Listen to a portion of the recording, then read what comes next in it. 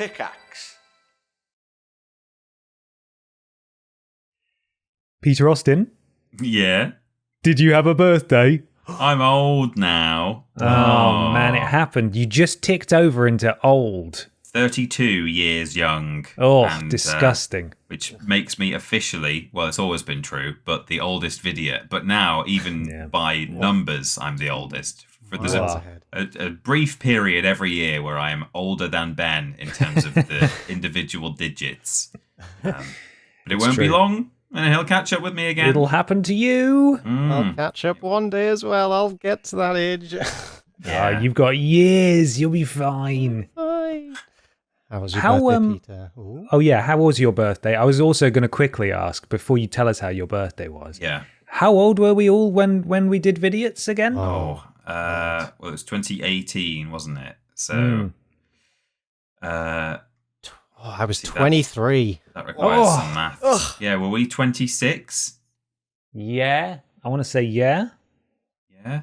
Does that seem right? I don't fucking know. I can't remember. Yeah, 26. Was there a period where we were 25? Yeah, a couple of months where we were 25. Jesus. God, and now we're about to be 32. Yeah. God, where did the time go? Makes you feel ill. We know where the time went. We documented it week by week on this podcast. We did. It slowly aged. Yeah. In my older years, I'll go back and revisit the old Podiots, and on my deathbed, like, the good old days. I remember Bobby Babalooney. Yeah. Still going, maybe. Who knows? How was your birthday, though, Peter? It was very good, thank you. I went to the zoo. And I had Sorry, I shouldn't laugh. It's good. No. It's a grown-up activity. It's a grown-up activity. Got up in the morning, had a bacon sandwich. We had been and bought bacon the other day. Then went to the zoo. No parrots, sadly. Oh, man. So I couldn't go for the full trifecta. But I was on holiday from work, so maybe there were parrots, but we just didn't see them. There might be parrots in this episode. That's all I'm saying. Oh, it how could exciting. all come full circle. Went to the zoo. They have a little kind of average canteen style cafe there where you can get just hot dogs and chicken nuggets. So that was lunch. And then came home, had oven pizzas that we'd bought, and birthday cake. I may have been 32, but I celebrated like an 8-year-old, and I had a wonderful time. On all levels except physical. Yes. And then by the end of the day, I just felt kind of just full of sugar and bad stuff. And, I was still happy, but I was like, oh man, I can't do this anymore. Why am I doing this? I'm 32. I should not be... Shouldn't be doing this to my body. Means you did it right. That's what it means. Yeah, I think so. Did you go for an Asda pizza and cake? That's funny, actually. I was saying at work today. I was so it was the day before my birthday, and I was like, I really want oven pizza for tea on my birthday. I'm like, okay, that sounds good. We were on our way back from somewhere, and the shop that we happened to be passing on that route was Waitrose. So I had Tory Bougie pizza boy for my birthday. So it was good. Blimey, how were the truffles? I can only assume. Oh yes, it was the delicious truffle caviar and lobster pizza. It was delicious. Oh, yeah, it's a sophisticated way to do pizza and cake for a 32-year-old. Yeah, I think you're doing it right. Yeah. Oh. Happy birthday. How are you boys? What have you been doing on my birthday and previously? Well, at the minute, I'm just training for the charity bike ride, which as of releasing this I think at the time of release, I'll probably be just about finishing it, actually. Plug that link again. Sorry? Plug that link again. bit.ly/Mikey Bikey. It might still work when this comes out. Might not. Give it a go. But I'm sure it was lovely and had a delightful time. And thank you everyone who very kindly donated to the campaign and got me over my goal and then some. And it's incredibly generous of you all to give your hard-earned money in these trying times. So it's very, very much appreciated. If you're listening very soon after release of this episode, Mikey might literally be doing a mad stunt in this very moment. He might be upside down as we speak. If he's upside down, it's either going really well or terribly wrong. Yeah. I did try and learn how to do a wheelie so I could go over the finish line in style, but it didn't go to plan, and I'm not chancing that on the big day in front of potentially hundreds of people. So. Over the finish line, that's the moment. Yeah. Once I get over it, then I can fall over, and I'll just go wild. Maybe I'll feel sprightly at the end and do it, but probably not. Yeah. I don't want to suffer any consequences for being a daft boy on my bicycle. You'll make it onto those compilation videos where people are celebrating as they run towards the ribbon and then get overtaken. Hubris. Yeah. How are you, Ben? I'm all good. One of my bike tires popped. Oh no! I nearly got home. I wasn't Today? too far. No, it was yesterday. At the time of recording, obviously, not in the future. And I could feel that something was slightly wrong with my back tire. And then I started to feel the gravel a lot more than I thought I should. So I hopped off, and I noticed that my back tire was completely deflated. So I pulled over and I got out my tiny miniature pump, and I started pumping it up, and it did start to go up. And then because it's been so wet, the tire was wet, I could see little air bubbles on the outside, and I thought, it's probably not right. So I had to do the walk of shame all the way home with my bicycle. Oh no! But it's okay. It wasn't too bad. I wasn't too far from home. It was only like 20 minutes, so it could have been worse. But I've ordered a new inner tube, and I've had dadvice, which everyone should seek when repairing a bicycle. Yeah. And so I'm confident that I can get it sorted. And I bought a puncture repair kit just in case I'm a bit further from home in the future, and I need to slap it up with some plasters. Sadly, that's everyone tells you, learn to replace a tube, and I ignored that advice for ages until I was left stranded somewhere. I was like, should have learned to do that a long time ago. I find that's the best time to learn, is when your back's up against the wall and you have no other choice. Otherwise I just won't bother. I've got to be put in a stressful situation to learn anything. Preparation is for nerds, and I won't abide it, although I have now prepared for next time. But I got stung, so it's good. On this occasion, I'm not a nerd, but if I had prepared before this, I would be a big stinky loser. So. A big stinky nerdy loser who got home 20 minutes earlier. Yeah. Gross. Oh, can you imagine? God. More time in my pajamas? Disgusting. We don't want that. No. Without much further ado, would you guys like to record this episode of Podiots? Okay. Yeah, let's go. Kevin, please.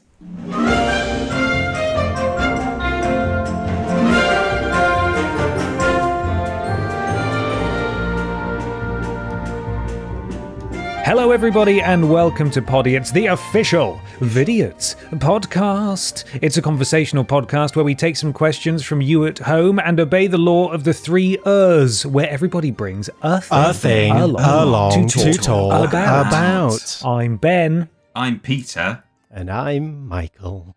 Well, we all know how each other are, but one thing that we have failed to promote on the last 2 podcasts is the fact that the video version of this podcast now has accompanying images, which is something that people have been requesting for as long as we've done a video version. Instead of just signposting people to the Twitter thread that we often refer to and discuss as we go through, we're reacting to images.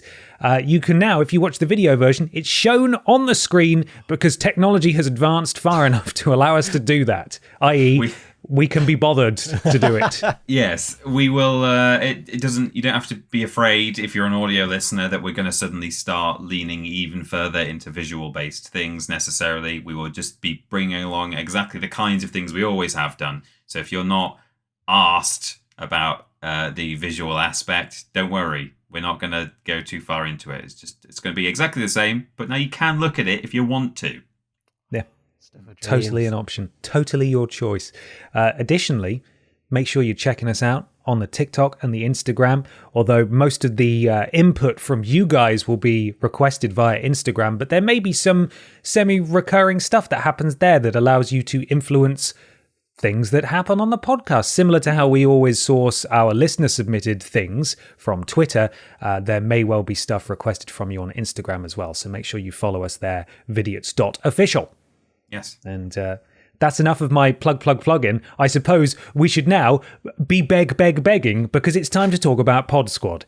If you go to podiots.com and donate £3 or more, you get a shout out at the beginning and the end of the next episode, and you get to join Pod Squad for that week, and we'd really appreciate it if you're in a position to do so. Mikey is going to kick us off. We begin with Tiny Birthday for Tiny Peter. Aww. Look up jizz on Wikipedia. Peter, you are a walking Wikipedia, I think. What is jizz? Jizz is a musical genre. It is the music that is played in the Mos Eisley Cantina by the funny aliens. They played, I think it's either that one or in Jabba's Palace. One of the two Star Wars bands are jizz musicians. Jizz band, Yeah. Thanks, George Lucas. Fuck me, how am I 59 now? Happy birthday, you. It's not that bad being 59, I'm sure. Yeah. Happy birthday. Caroline, are you having an affair with Ainsley Harriott? No. Give your meat a good old rub. No. Lovely. Caroline, I do. Caroline, it wasn't just a fart. Caroline, I found meat face. Caroline, please pay the gardener. Big bumper set of Carolines there. Good, lots of Carolines. Yeah. Packet of Blob Knob biscuits. Donak 07, Frogley, and the generous Anonymous, who says, hey, just wanted to say thank you for keeping me smiling as I've been training for the London Marathon. You've been a real boost. Can you give me a motivational speech to push me through on the big day, please? I'll be listening as I run. Whoa. Oh, my goodness. All right, no pressure. All right. You can do it, Anonymous. Yeah, you can. Get legs. Go do the legs. Do you guys want to do a one-word story motivational speech? Yeah, okay. Let's go. Mikey, do you want to start, and then Peter? Yeah. Today, Anonymous will race. So perhaps. Sorry, what was that, Ben? What did you say? Perhaps. Oh, right, okay. Perhaps. So, wait, okay, oh my God, I've lost the story. I've lost the Mikey, story. It's not hard. God, jeez. Where were we? Today, Anonymous will race, so perhaps. Go on, Ben. I can do this. I can hear your brain. Perhaps. Where do you go from perhaps? So perhaps. Any word. So perhaps the police. That's 2 words. Police, just police. God. So perhaps police. Is this motivational? Will. Yeah. Provide. Safety. For. The. Tired. Anonymous. And. Happy. Anonymous. Oh, okay. Tired and happy. There you go. Keep going. Right? Yeah. You could. I don't really know what the message of that was, No. but you will finish this race with or without a police escort. You'll finish the race better than we finished that story. Goodness gracious! What a car wreck! What a kerfuffle. Oh God. Now probably far too much time has passed for me to say that Caroline I found meat face just reminds me of it's like finding Jesus. I think, like the new meat religion. I am interested in joining your religion. I'm a corn again Christian. Oh, very good. Oh, bloody hell. Very good. Well, the list continues with Stephen Skodes, Sodomy, Sodayu, haha. Sorry, aha. All right, I get it. Sodomy, Sodayu, aha. Yes. Fweddies, Shreddies can't cope. Caroline, where's the anusol? Oh no, it's anusol. Anusol. Yeah. I think it's pronounced anusol, isn't it? Is it? Well, even though you use it on your anus, I don't think they're as explicit. I mean, that's what it is, though. Why would you try and hide that? Yeah. Lord Birmingham Tovich, Parrot Boy go live again when? Never. I'm done with streaming, sadly. No. You seen the price of turnips? Caroline, our law is too dense. I am become Dominoes. pisser of bums. Quantum Leap's Scott Bakula. What is that? Is that just someone from Quantum Leap? Scott Bakula is the guy from Quantum Leap. What was Baculum? That was something we talked about recently. Not sure. It's gone. Baculum. But Baculum is the penis bone. Okay. There we go. Remember that.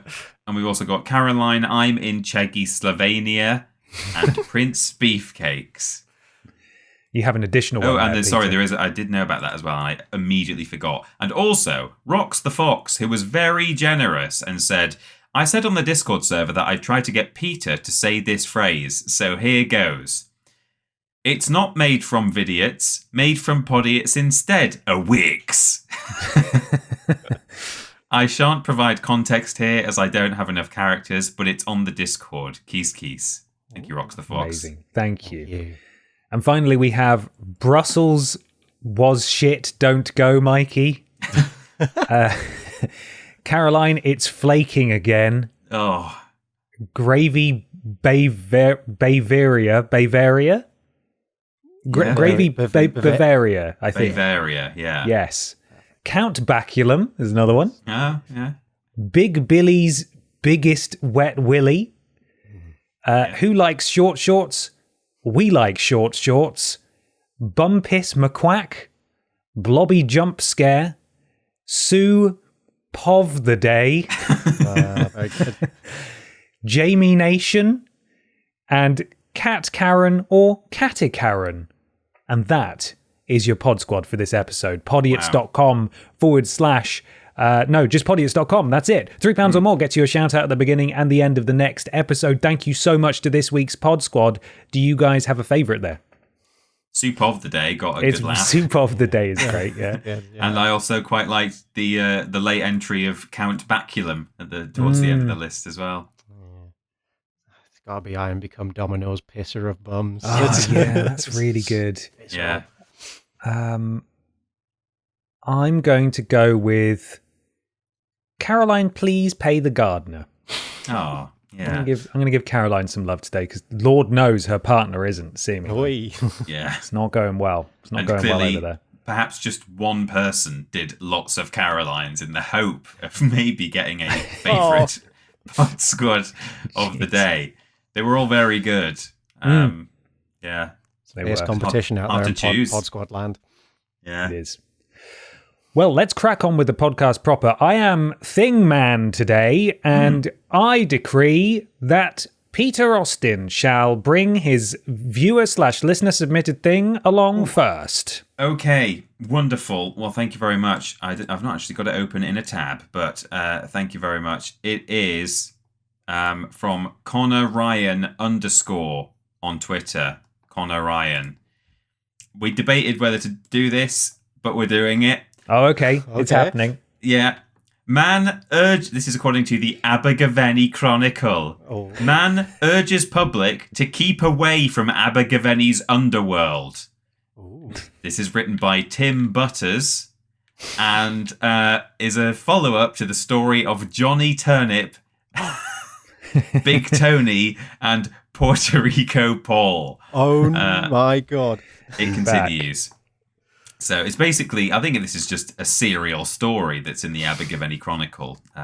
This was posted on April Fool's Day, but given that the previous parts of this story weren't, then it's anyone's guess how much of it is bullshit. All of it, I think, but we're going to read it anyway. A man who claimed to have rediscovered Abergavenny's secret tunnel network is now urging people to stay away after he and his friends made a discovery, quote, that will mess with your head. Johnny Turnip, Big Tony, and Puerto Rico Paul explained that they set out to trap and tame a fairy, which is hyperlinked to the previous story we covered, but got a lot more than they bargained for when they accidentally found the entrance to Abergavenny's underworld in the grounds of the castle. Turnip told the Chronicle, at first, the riddle on the door leading to the tunnels had us all stumped. It read, what is the name of the ancient tribe of Abergavenny, and what mythical animal did they once worship in the deepest wild? Turnip added, We must have smoked about 10 fags each trying to work that one out. Although I can name all of King Henry VIII's wives and how they died, and Puerto Rico Paul is something of a specialist on the life and works of German existential philosophers, none of us are exactly history buffs. Suddenly... What is this? Suddenly, Big Tony surprised us all by shrieking, "I've got it! They didn't spell wild wrong." It's W-I-L-D-E in the riddle. They're talking about the Marty Wilde song, Abergavenny. Of course. Of course. To be honest, I had no idea Wilde was spelled wrong, but then I'm not a reader like Tone. When he's not busy digging ditches or drinking his body weight in lager, you'll usually find him with his head buried in Martina.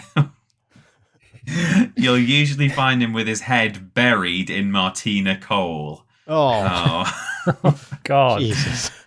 Turnip added, "Thank God for Tone's eureka moment. We knew the lyrics to a song we had grown up drinking fortified wine to by heart. As one, we chanted, 'The ancient tribe is paradise people and the mythical animal is a red dog.' As soon as we spoke, the door slid open, and from somewhere inside, the song began to blast out from somewhere hidden, from some hidden sound system. The bass was something else. It had a real kick. With Tony taking the lead and merrily snouting 'He Who Dares,' we began to descend more steps into a dark and dank tunnel." Turnip explained, "We all began to do a little dance as we walked. Big Tony sort of raised his hand above his head, wiggled his fingers, and did this sort of mincing movement with his feet. For a big man, Tone's always been light on his feet. It's what makes him such a good fighter and dancer." I want to meet Big Tony. Yeah, he sounds great. I can assure you that there's not a huge amount of this left, given that it is just utter drivel. Puerto Rico Paul did his trademark Axl Rose serpentine shuffle, and I just brought up the rear, strutting like John Travolta's character in Saturday Night Fever, as he makes his way to the dance floor to teach some punk a lesson. Yeah. Turnip added, "That tune is a proper upper." Okay, I'm going to skip ahead. It's talking about dancing to this music. It's all rubbish.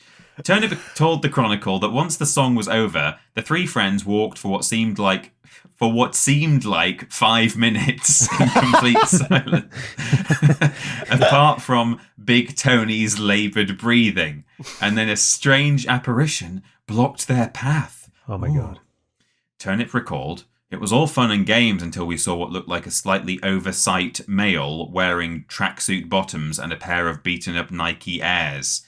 As a semi-professional long-distance runner, I hate to see trainers that have lost their integrity and box-fresh appeal. It kind of reminds me of the horror at the end of all things. But that wasn't the worst part. For some reason, this dude decided to customize his look by wearing a knight's helmet and some medieval body armor."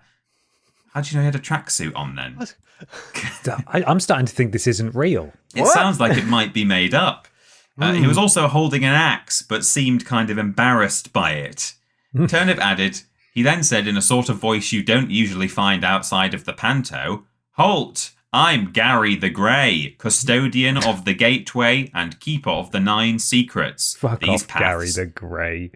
These paths belong to another. Leave now if you value both sanity and soul." Turnip said, and this is hyperlinked, "I always recognise a nutter when I see one, and this guy was having a major meltdown." And that's just gone to another of the articles by Tim Butters entitled "Close Encounters of the Turnip Kind." Wow. That was the one, wasn't it? Isn't that what we called the episode? I think so. That was the name of the last episode, yeah. However, I needed to tread carefully. Big Tony has little patience for dramatic types, and if this athletic knight dude kept talking like that, he was probably going to get lamped. So, as a man of tact, I decided to take an innovative approach and play the madman at his own game. I said, "Let us speak plainly. We've come to capture ourselves a fairy. Now, as soon as we have one of the little people in the bag, we'll be on our way." This is the final paragraph. He got all uppity at this, raised his axe, and shouted, "I am sworn defender of the Tilwyth Teg," which you'll remember is the fairy people from the previous story. "And you, sirs, are scoundrels, whose foul taint I will cleanse the earth and other realms of." It was strong stuff, but our teachers used to say worse. Either way, it seemed the time for talk was done. Big Tony adopted his fighting stance, and it was about to kick off when Puerto Rico Paul piped up with, "Hang on a second, I recognise that voice. It's Manny from the estate." Almost immediately, the athletic night dude dropped his axe, took off his helmet, and all became clear. To be continued. Oh no! God. What is this? I don't know what this is. A news is. website. What's This is just the goal? creative writing exercise. I like it, but what? I'm so baffled. Just writing episodes of this strange story. Has he ever written anything else? Has he written normal stories? He Tim has. Butters is probably a pseudonym, right? So the writer could have written it. This sounds like it should be a radio serial. Yeah, it does, doesn't it? It's very strange. And now on BBC Radio 4, Tim Butters presents Close Encounters of the Turnip Kind. But he has written a few. I mean, I'd probably have to click on them and read them, but they look like normal articles. Councillors slam appalling decision to use Pembrokeshire Dairy. Greggs remains open and a town can breathe easy. So I guess they were going to close a Greggs and now they're not. Yeah, it's just a normal article. But then he's just decided to do this strange thing. Maybe that's all just a front to give his fiction weight. Yeah. People will believe it's real. Well, thank you for the update there. Thank you for submitting it, Connor Ryan. I'm going to go out on a limb and say maybe we won't cover any more of the Abergavenny Chronicle. We've heard enough. Do you want to know what happens next to Puerto Rico Paul? And Big Tony? I don't know if I do. It's just Manny from the estate. I think everything's going to be all right. Yeah. But at this point, they're in the secret catacombs, aren't they? That they found last time? Yeah, trying to catch a fairy. Yeah.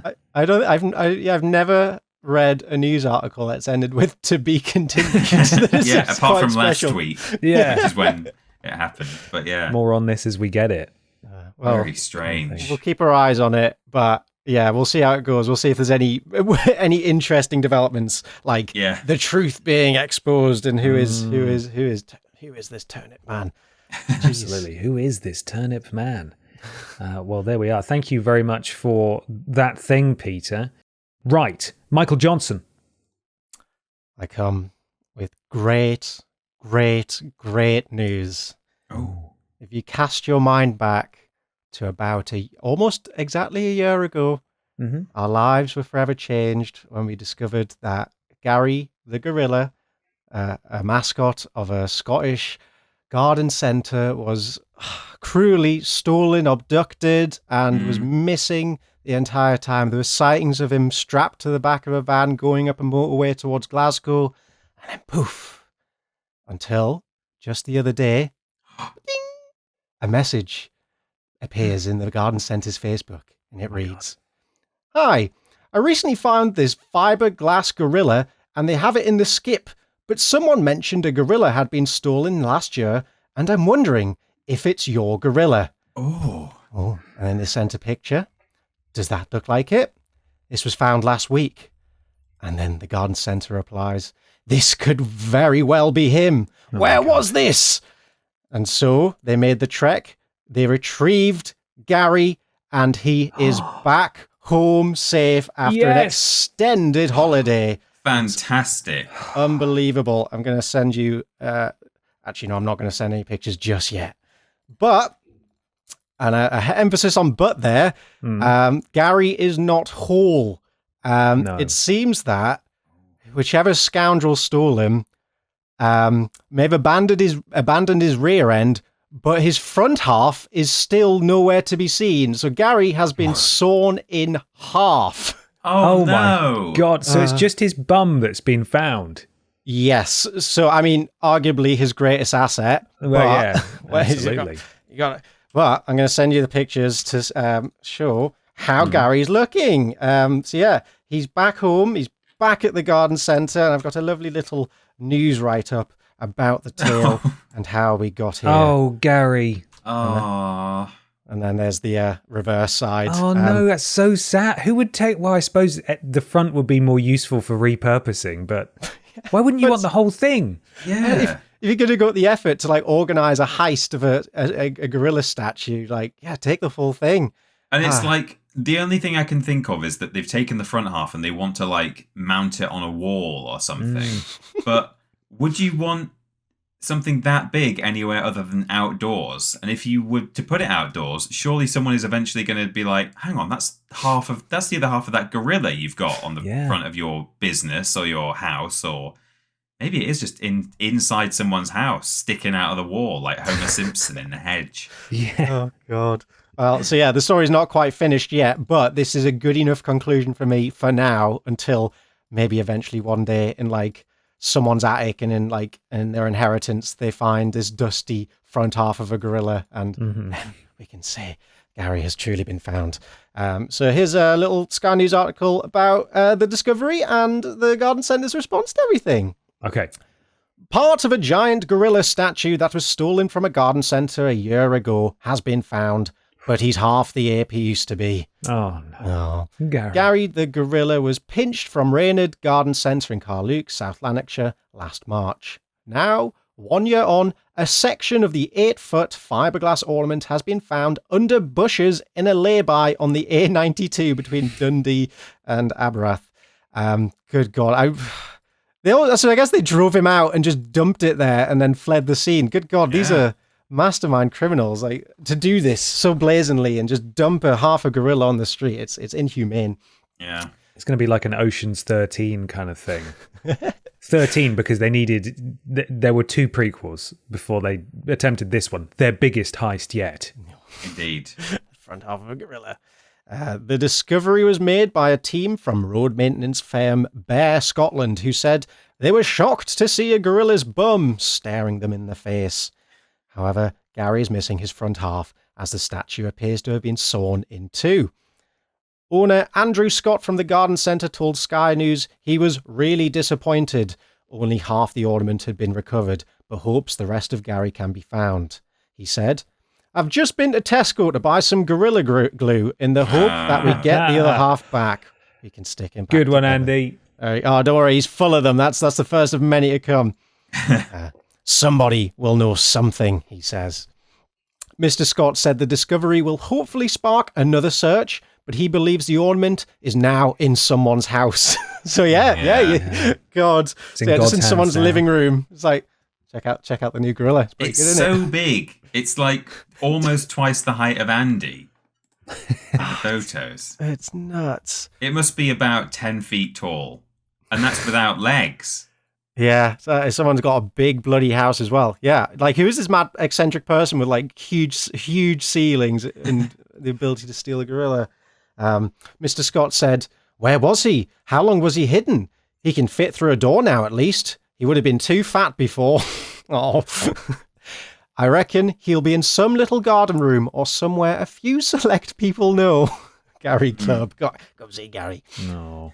Somebody will know something, but they've obviously kept it quiet a whole year, and there must be more than one person involved anyway.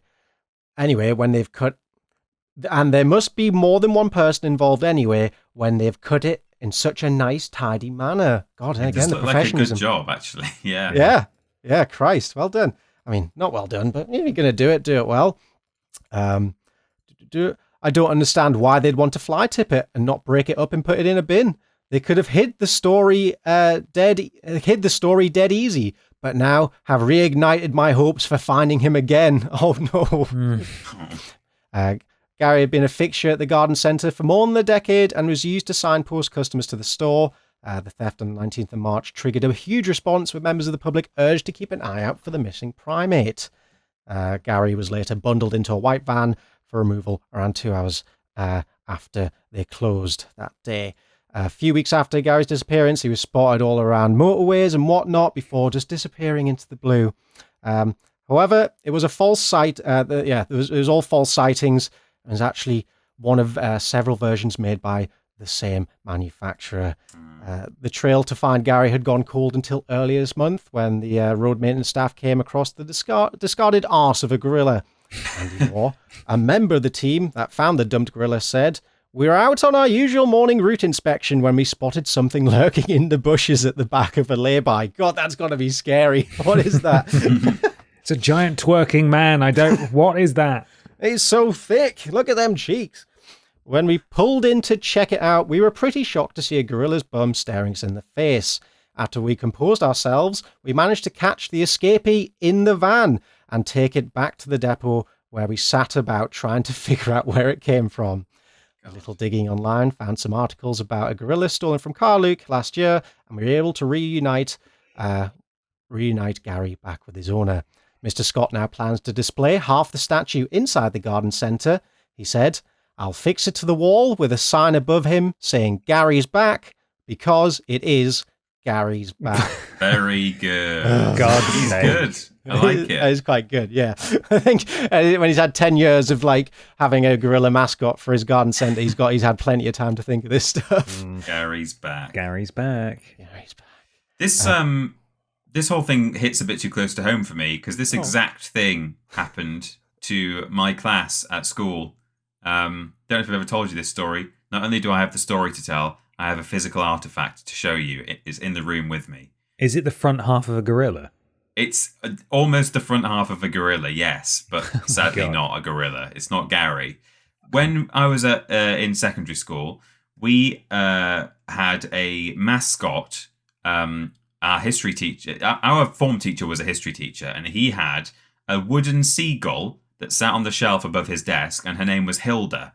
Hilda the Historian was her name. I don't know if there was any more significance to it than that, the alliteration or what, but and she just sat in our form room for several years. We moved classrooms on year on year, and she would come with us. Then one day we came back into the room. It was either after lunch or the next day, and someone had cleanly, very flat and cleanly and tidily chopped Hilda's head off with a saw. What the hell? And just her body remained, and no one knew where the head was. So the body went into a drawer. And it was a great big mystery because my form teacher wasn't always teaching in that room. It was used by different classes and different teachers. So someone had been in, chopped the head off. Anyway, months later, me and my friend John found Hilda's head. No way. I'm showing it to the camera now. You guys won't be able to see it because we're not on video. We found Hilda's head in one of the teacher's drawers.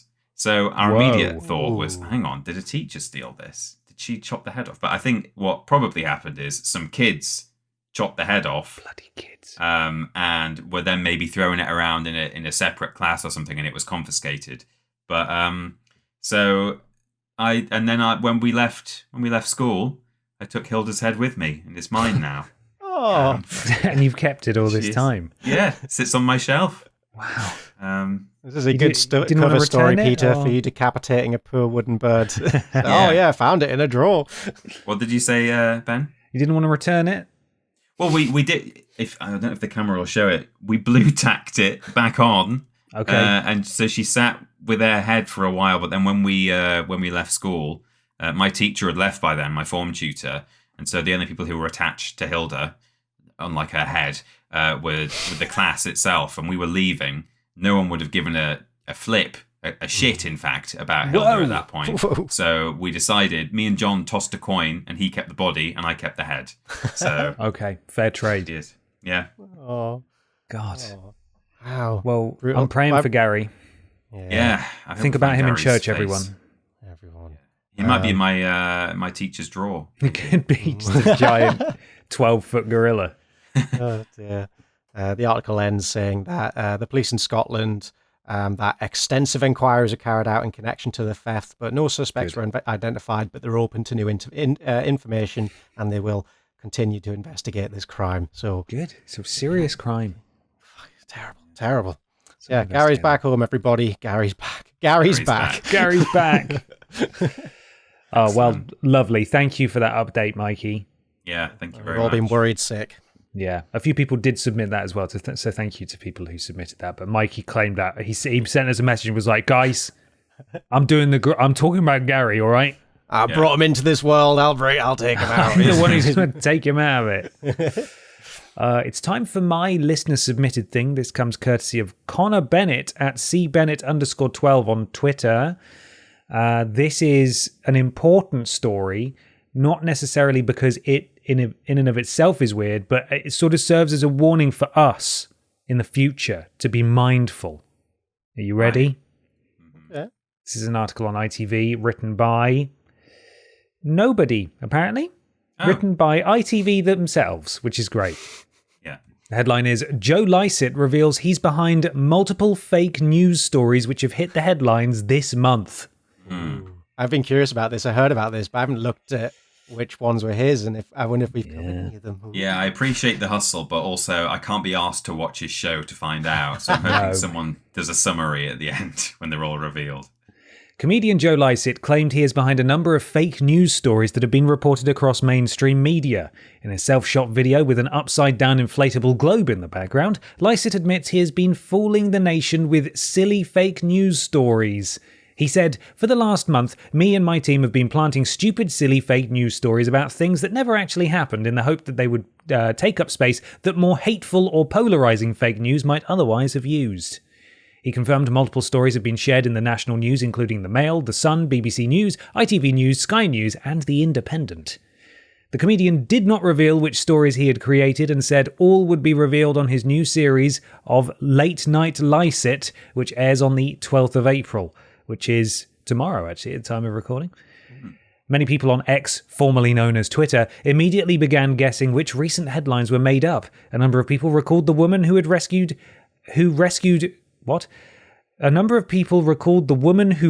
hedgehog, which turned out to be a fluffy hat bobble. Oh yeah, I saw that one. Someone actually submitted that as a thing this week as well.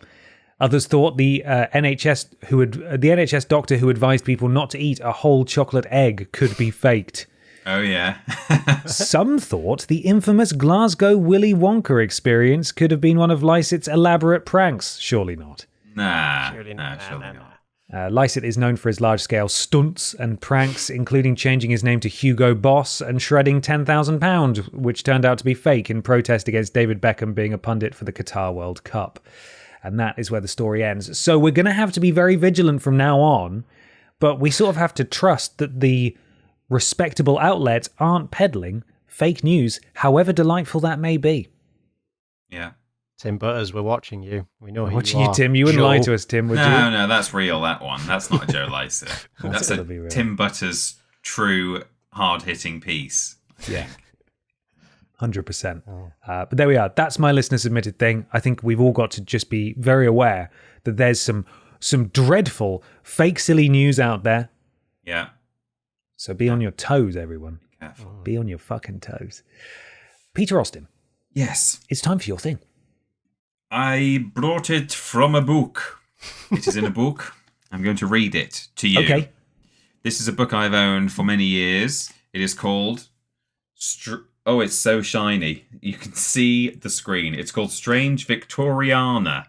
And it is Tales of the Curious, the Weird, and the Uncanny from our Victorian ancestors. Oh.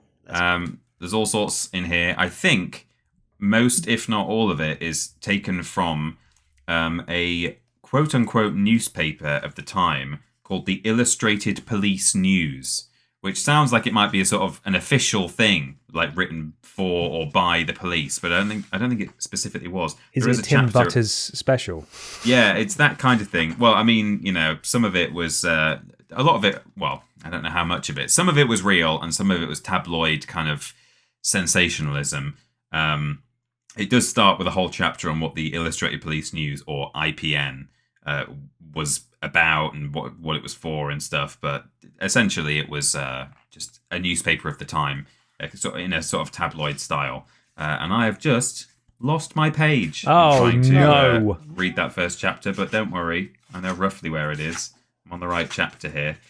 So I'm going to tell you about a trend of the Victorian period regarding lion wagers, in which people would basically do for the content. They would do bets about getting into the cage with lions. Okay, I found it.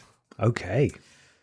A small file of cuttings from the IPN and other newspapers with the heading Lion Wagers provides some curious information about a, oh my goodness, fin de siècle craze, which sounds French but is written in italics, so maybe it's Latin. I don't know. It's a phrase I don't know. But it's a craze that has not yet found its historian. The performance of various foolhardy stunts inside cages full of lions. In January 1890, a champion long-distance runner, George Littlewood, received a challenge from some of his friends that he would not dare to enter the lion's cage at Wombwell's Menagerie. In front of an enormous crowd, the runner accomplished this feat with commendable intrepidity. Ooh. Goodness, good. that was harder than being in the cage with lions, that one. Although he got separated from Orenzo the lion tamer, and although the massive beasts were jumping around in a dangerous manner, Littlewood made it out of the cage unharmed, and the first recorded lion wager was won. In August 1894, a Paris barber made a bet that he would dare to shave the lion tamer of the Giuliano Menagerie in a barber's chair situated inside the lion's cage itself. The lions looked on with interest throughout the procedure, which lasted 20 minutes. Once or twice they came up to see what the barber was doing, but the lathered tamer shooed them away. When the same stunt was repeated by another barber in Vichy, he narrowly escaped being bitten by a lion named D'Artagnan. In June 1895, when a travelling menagerie visited Toulon in France, the local barber made a bet that he would shave one of his customers inside the lion cage. Again, he won the lion wager. Held in check by their tamer, the lions observed these bizarre proceedings with the greatest indifference. Now, I don't want to be a stickler here. I don't want to split hairs, but to me, if you're in there and there's also a lion tamer in there, cracking a whip at the lions, it's not quite the same, is it? No. I want to see you get in there on your own. Yeah, the center of that lion's universe. You've got to be that.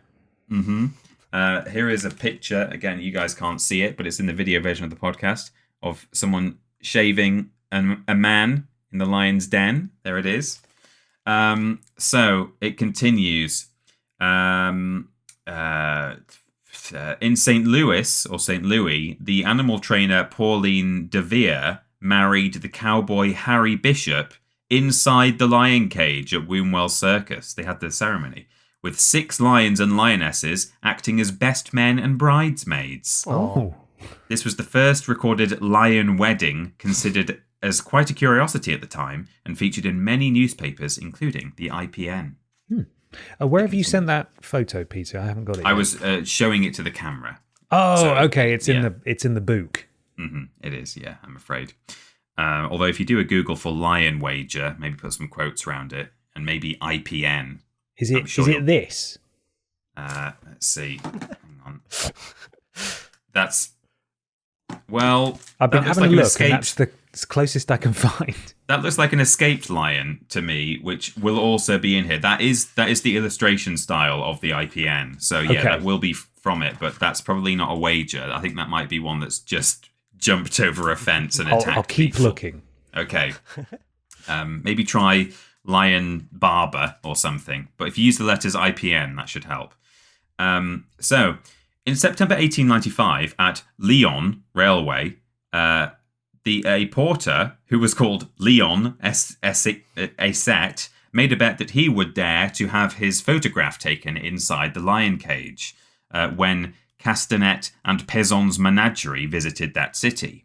Having read about the various barbers plying their trade in the same surroundings without any ill effect, the foolish young Frenchman had become convinced that lions were placid and friendly animals who would welcome his visit to their quarters. Fool. Oh my God. Well, that's not what we're looking for, that image you found there, Ben, but that is a fantastic drawing. I can't find any other IPN images apart from the first one I sent. Okay, well, I'll show you some more from the book. There's one of the wedding. Hang on, can I get close and sharp? There we go. That's the wedding in the lion's cage. And this is the one we're talking about now. Spoilers, it's a man with his head in a lion's mouth and blood coming out. Daft. Right. So having read about the barbers, he thought lions were all placid and fine and you could just get in the cage and it wouldn't matter. Eschewing the conventions of having a lion tamer handy at the time of the wager and making sure the beasts were well fed beforehand, the foolhardy young railwayman entered the lion cage just when the animals were about to be fed. Oh, God. Before the photograph could be taken, a large lion named Romulus leapt at him and literally tore his head off. Oh, Nice. Leon Asset lost his lion wager, it says. did he? And his life. Yeah. I would say he won the lion wager because he did get into the lion cage, which is the wager that he made. The sad outcome of the Leon's lion wager did not prevent 3 jolly Frenchmen from having a bet of their own when the Salvatore Menagerie visited Bourg in November the same year. This time, they would play a game of cards inside the lion cage. To begin with, this wager proceeded in good order. The 3 gentlemen sat down, set up their gaming table, and began to play. But then a lion walked up to Monsieur Chevaux, one of the card players, and sniffed at his clothes. Wanting to display his courage, the Frenchman pushed the animal's head away. The lion immediately pounced, knocking him off his chair and grabbing hold of his jacket. The other 2 card players fled, yelling. But the intrepid lion tamer seized hold of the lion's tongue and twisted it until the animal released its hold with a howl of pain. Monsieur Chevaux was unharmed, although his clothes were torn to pieces and the lion wager was lost. We have a drawing. Again, sorry for those just listening on audio, but here is the lion tamer saving the Frenchmen from the attack. There we go. We've got a couple more now. And then that's it. In January 1898, a Bolton publican won a lion wager of £25 through entering the cage containing 3 lions. A year later, a cyclist won a wager by peddling his machine inside a lion's cage. In March 1902, 2 Brighton daredevils played a game of ping-pong inside a large cage full of lions with several thousand spectators in attendance. Again, the lion wager was won, although squeamish people criticised the Brighton lion cage. What? No. The Brighton authorities for allowing such a dangerous exhibition to take place. At about the same time, 2 Welsh lasses from Methier Tydfil won a wager for £20 through dancing the can-can inside a lion cage. When 2 French girls tried to emulate them by performing a tightrope routine just above a lion cage, the rope broke and they fell right on top of the lions. Although severely mauled, they both survived, but the lion wager was lost.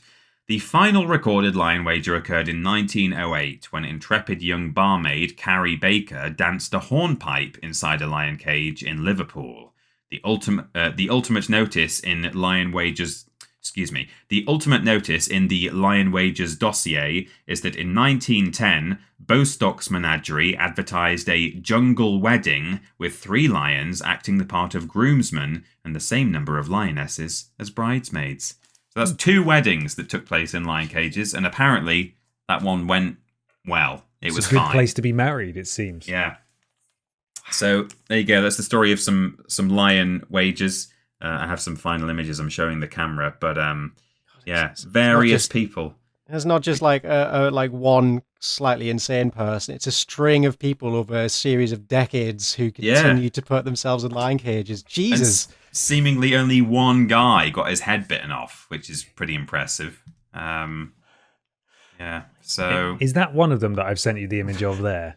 It's not one of the ones I've seen in the book, but I mean that might just be a lion tamer. I'll do some quiet Googling as we continue the podcast and see if, for your benefit, boys, I can find some. A wonderful description, but we cannot see the images. No, yeah. It's very desperate to see the man with his head being bitten off. I just want to see the illustration of the decapitated man, okay? I don't think that's too much to ask. I mean, I can send you a photo if you like on WhatsApp or something. Yeah, honestly, that'd be great because we do a little quiz on Instagram as to whose thing is who. Mm-hmm. So if you could send that over, that'd be great. I'll forward it on to Kevin. Yeah, let's do that. I'd appreciate that. Wonderful. Thank you so much, Peter. Thank you, Peter. You're very welcome. It is now time for my thing, and I have decided that we're going to talk about Josef Menzic, which is a name I may be butchering, the last knight who stood up to the Germans in World War II. This is an article from the beginning of last year, written by Samantha Franco on warhistoryonline.com. Citation possibly needed. When the Germans went to invade Czechoslovakia during the Second World War, it was believed that they wouldn't experience much, if any, retaliation. However, they were met with resistance by one man, Josef Menzic. Their encounter was a strange one, and in a sense prevented the military from invading, if only for a brief moment. Menzic's defiance to the German invasion was not out of character, and it earned him the nickname of the Last Knight. Would you like to see him? I'd love to.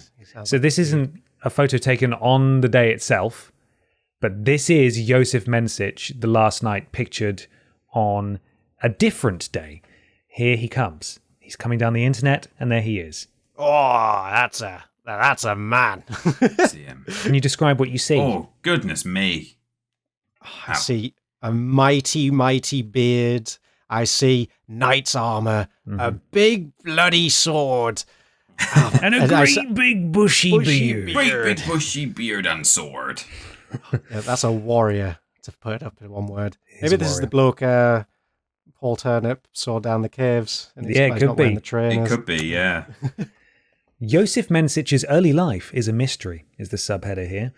Very little is known about Josef Menzic's life before the Second World War. His date of birth is contested, and the exact location it occurred is unknown. That being said, historians have been able to surmise he lived in, Bochmavold, in the Bochmavold region of Czechoslovakia. Apologies. Menzic's family lineage is also a history. Sourced records have been deemed unreliable, and some believe information that would reveal his ancestry is concealed in archives that protect those who were involved in World War II. It's a conspiracy. It is a conspiracy. Menzic never shared his mother or father's names, and he never disclosed if he had any siblings. What is known of his family later in life is that he had a wife named Ewa.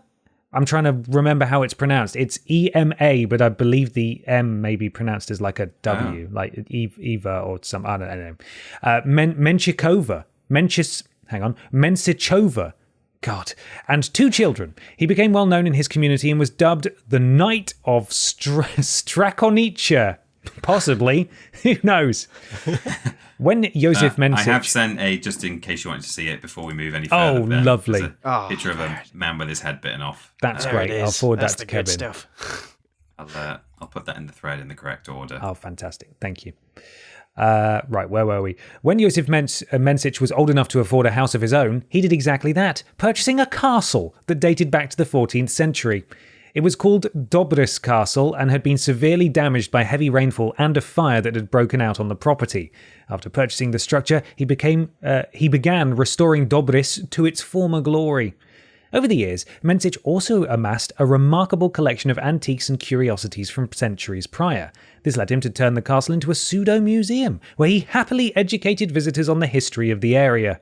Part educator, part performer, he's since been described as the definition of living history. Menzic embraced an alternative lifestyle when living at Dobris Castle. He quite literally lived like a knight, abandoning modern conveniences like cars and electricity, instead employing torches and candles to light his residence. For lack of a better term, he lived chivalrously. Despite his strange way of life, Menzic was respected in his community for being a generous and helpful person. And now we move on to the war. The moment that cemented Josef Menzic into history was the day he decided to face the invading German army by himself. In many instances, when the is it Wehrmacht? Am I pronouncing that right, Peter? Wehrmacht. What's it? Wehrmacht, I think. Wehrmacht. Wanted to invade a territory. They were met with retaliation from inhabitants. When they crossed the Czechoslovakian border in 1938, however, they were met by just one man, Menzic. Menzic stood up. Wehrmacht. Sorry, you're right. It's Wehrmacht. I was thinking of something else. Yeah. Menzic stood up against the advancing German column at the Buchina border, wearing a full French medieval-era suit of armour, riding horseback on his thoroughbred, and holding a sword and halberd. Hell yeah. All of the weapons. Some historians have called his defiance courageous, while others have referred to it as foolish, and they're stupid. Either way, it initially prevented the German soldiers from advancing any further, if only for a moment. The troops stood there in shock of the knight that stood standing before them. This didn't last long, however, as they ultimately decided to pay no mind to Mensich and continue past him. As they walked by, they tapped their helmets at him, suggesting he was crazy, and Mensich moved out of the way, unable to stop them. Oh, no. Joseph Mensich's stand against the Germans has become a tale of legend. Although some equate him to a Czechoslovakian Don Quixote, others believe he was fully aware of the fact he wasn't a real knight. Instead, it's more likely that he idolised them and saw honour in standing up against the enemy while dressed as one.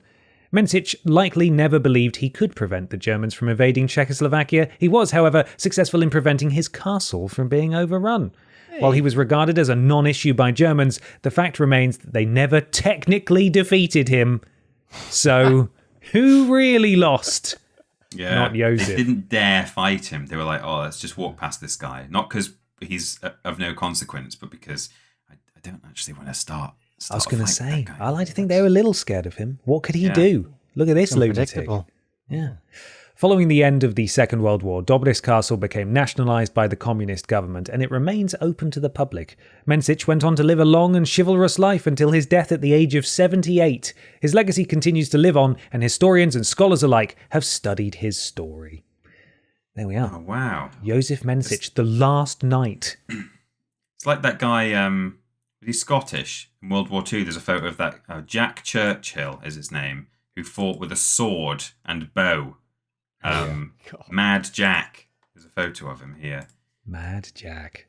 I would have liked they were saying they're on the same side. I would have liked to see these two come up against each other with swords in World War II. That would have been a great spectacle. That looks so photoshopped. Doesn't it? But it's real, apparently. This is considered to be a genuine photo. Wow. Yeah. That's great. Wow. Well, there we are. That is my thing. And thus draws to a close, I believe, all of the things for this episode. I want to thank you so much for listening and watching. Don't go anywhere just yet. Hello? I think I still need to do my viewer submitted thing. Oh, so you do? Yeah. Oh, Mikey, did I skip straight past you? Yeah, I think you did. But it's fine. It's fine. Bud. It's fine. Mikey, I'm sorry. If you'd have spoken up, I would have... I realised, like, as you were in, I was like, that's fine. Hang on, we're only scraping past an hour. This doesn't seem right. I was thinking... God, that's gone quick, but Michael Johnson, my apologies. I got completely out of order there. Got myself all turned around. Well then, Michael Johnson, it's time for your listener submitted thing with my apologies. Yeah, quite all right, Ben. Well, we go from one noble hero to another, maybe. This is submitted by Greg Miller at GregMill2290 on Twitter. This is from the Essex Live, and the headline reads...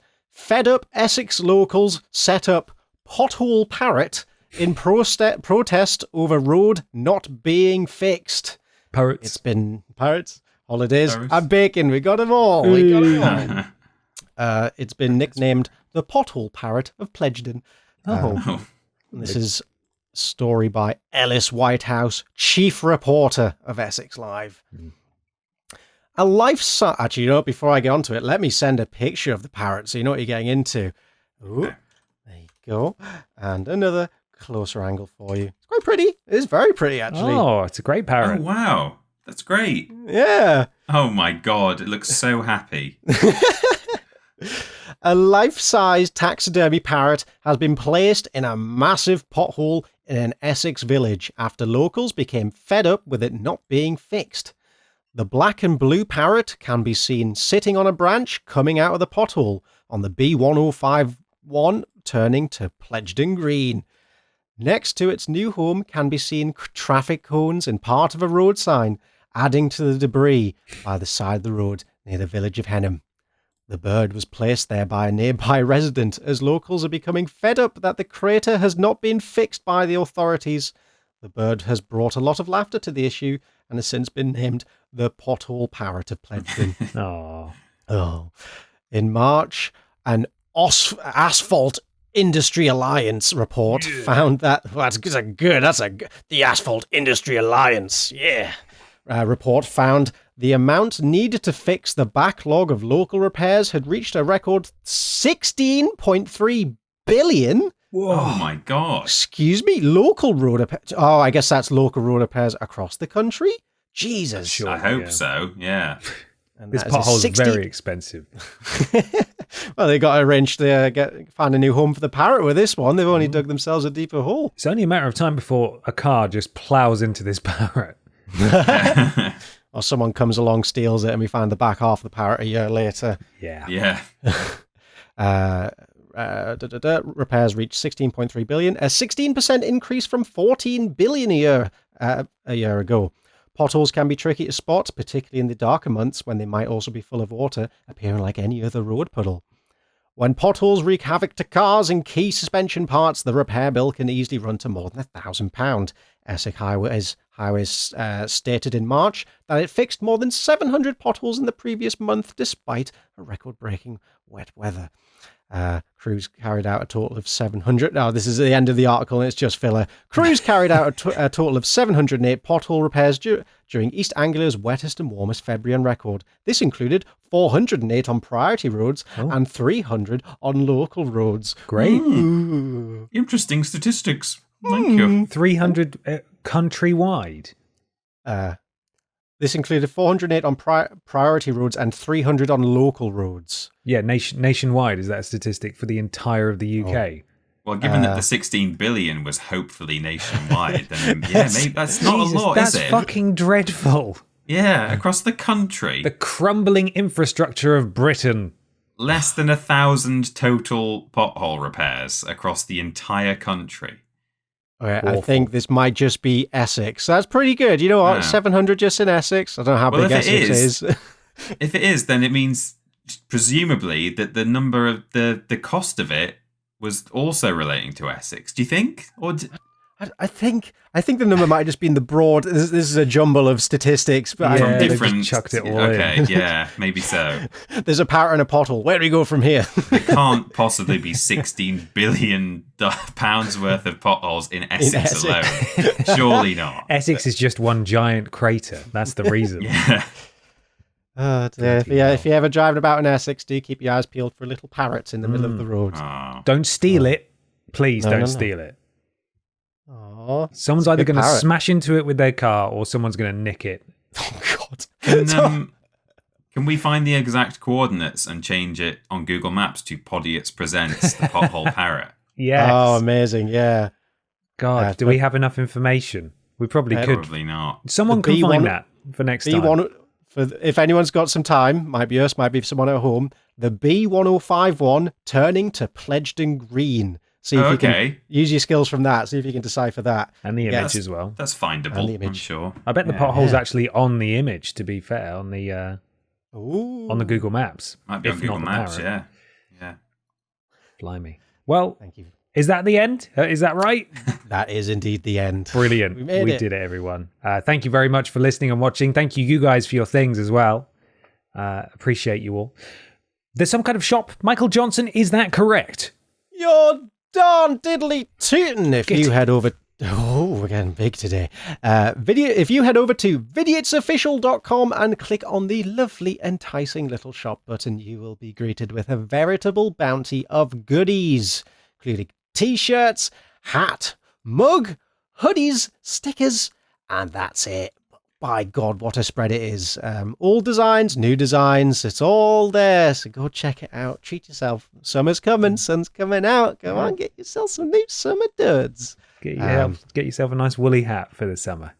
Yeah, go on. Yeah, keep all the sweat contained in a nice wool. That's what the doctors are recommending. Nice breathable wool. Lovely. We are on Instagram and TikTok at vidiots.official. That's where you can find some clipiots and polls and questions and all sorts of ways you can interact with us outside of the usual Twitter. Speaking of which, YouTube, Twitter, Facebook.com, /Vidiots official. Discord is vidiotsofficial.com/Discord. Go hang out with listeners and chat and reminisce about the good old days from when we were in our early to mid 20s. In our prime. In our prime, yeah. And thank you to Tommy and Fleckers for modding us over there. Appreciate you guys. Twitch.tv/Vidiots official. We stream there occasionally. Nothing on the docket for now, but soon we'll let you know as and when things are happening there. Podiots.com. If you go there, donate £3 or more, you get a shout out at the beginning and the end of the next episode of Podiots. You join Pod Squad and you support the things you enjoy. If you're in a position to do so, we would greatly appreciate it. Mikey, can you kick us off again, please? Tiny birthday for Tiny Peter. Look up Jizz on Wikipedia. Fuck me, how am I 59 now? Caroline, are you having an affair with Ainsley Harriet? Give your meat a good old rub. Caroline, I do. Caroline, it wasn't just a fart. Caroline, I found Meatface. I wonder if that's related. It wasn't just a fart. Oh, Caroline, I found Meatface. It was silent the He's whole here. time. Oh. Caroline, please pay the gardener. Packet of Blob Knob biscuits. Donaco 7, Frogley, and the generous Anonymous. Good luck with your We run. also had... Oh yeah, good luck. Oh, wait, are you still listening to this episode? Are you Oh, still yeah. running? Go, Best of luck. go. Have the police got you yet? I'm sure Anonymous isn't still running because it took less than an hour and 10 Set minutes a to do world the run. record Yeah. of 59 minutes. We have also got Stephen Skodes, Sodder Me, Sodder You, Aha. Freddy's Shreddies Can't Cope. Caroline, Where's the Anusol or Anusol? Lord Birminghamtovich. Parrot Boy, Go Live Again When? You seen the price of turnips? Caroline, Our Law is Too Dense. I Am Become Dominoes. Pisser of Bums. Quantum Leaps Scott Baculum. Caroline, I'm in Czechoslovakia. Prince Beefcakes. And the very generous Rox the Fox. And finally, we have Brussels was shit. Don't go, Mikey. Caroline, it's flaking again. Gravy Bavaria. Count Baculum. Big Billy's biggest wet willy. Who likes short shorts? We like short shorts. Bum Piss McQuack. Blobby Jump Scare. Sue Pov the Day. Jamie Nation. Peter likes that one. Yeah, I do. Jamie Nation, and Cat Karen or Catty Karen. And that, once again, is your Pod Squad for this week. Thank you so much, everybody, for supporting us. We really appreciate it. Podiots.com, £3 or more to get a shout out at the beginning and the end of the next podcast episode. Peter Austin, what was out on Vidiots 6 years ago this week? I'll tell you. Skyrim Zoo Chapter 5. Necromancing Queen. That's two Abbas back to back there. Memory cards for April the 2nd. Podiots Episode 3. But with a Pigeon. Taking on Takeshi's Castle in Nippon Marathon's Lobster Mode. That's just the name of the video. It's just all that. Post some tap number 7. The Montana Motherlode. Worst games ever game selection for the 5th of April. Oh, we've started doing game selections now. Prove It, The Sims 3 Part 2. Worst games ever, Naughty Bear. In the Spotlight for A Way Out. Skyrim Zoo Chapter 6. The King of Carrot Flowers. Memory cards for April the 9th. L'Uomo di Milano. The Man from Milan Part 1. Betrayal. Yes. The Milanoir live action series that we did. Post some tap number 8. Happy birthday, Tiny Peter. Oh, thank you. Prove It, Sims 3 Live Action Challenge Part 1. Oh, yeah. That's the building bit. The Man from Milan Part 2, Redemption. Crash Team Racing Spinning Challenge, Piece of Cake. And one more. Prove It, The Sims Part 3 Live Action Challenge Part 2, featuring Hat Films, where they judged our creations. Good one. I like that video. Yeah, I do. I really like that video. Yeah. Michael Johnson, where are you on the internet? Plug that charity one more time. bit.ly/Mikey Bikey if you're feeling generous. If you're not feeling generous, sorry, that's a horrible thing to say. If you're a piece of shit, you can just check me out on Twitter. Boo. Yeah, fuck you. But if you want to do something on the internet that doesn't involve money, you can go find Parrot Boy on Twitter and Instagram and have a little look through there. There you go. Oh, yeah. And Peter, where are we on the internet? You can find us together at Team Triple Jump, where we're hanging out with Rules Boss and Billy Ray Walrus and playing bad games. And you can also find us separately at confused_dude and at that Peter Austin on Twitter. Did them the wrong way around this time, but hey, Whoa. keeping it spicy. You certainly can. Finally, why not leave us a 5-star review/rating on your platform of choice? It helps something to do with Al Gore's rhythms and would really appreciate it. That's free. Doesn't cost anything. You can go and do that right now. And, it does something probably, in the computer whiz-waz world. I don't know, but it can't be bad. So give it a fucking try, please. Thank you. Is there any final questions you guys want to ask before we go?